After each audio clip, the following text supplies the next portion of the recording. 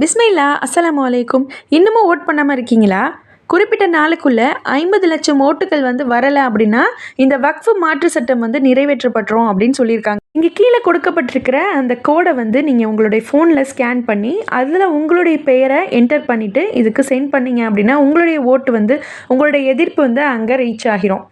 உங்கள் வீட்டில் இருக்கிற பெரியவங்களுக்கு இதை பற்றி எதுவுமே தெரியாமல் இருந்துச்சு அப்படின்னா அவங்க ஃபோனில் இருந்து நீங்கள் இந்த ஓட்டை சென்ட் பண்ணுங்கள். இந்த வக்ஃபு மாற்று சட்டம் மூலயமா நம்மளுடைய பள்ளிவாசல்கள், மதரசாக்கள், நம்மளுடைய கபர்ஸ்தான்கள் எல்லாமே அவங்களுக்கு கீழே போயிடும். அப்போ நம்மளுடைய மதரசாக்கள் நடக்கலாமா வேணாமா, நம்மளுடைய கபர்ஸ்தான்களில் யார் வேணாலும் அடக்கம் செய்யப்படலாம்.